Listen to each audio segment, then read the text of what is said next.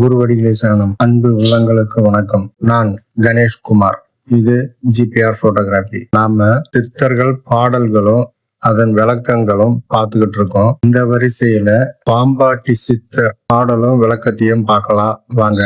சந்திரனை சூரியனை தாவி தீண்டினாய், சங்கரனுக்கு ஆபரணம் தானுமாகினாய், மந்திரத்துக்கடங்கினாய், மண்டலமிட்டாய், வளைந்து வளைந்து நின்று ஆடு பாம்பே.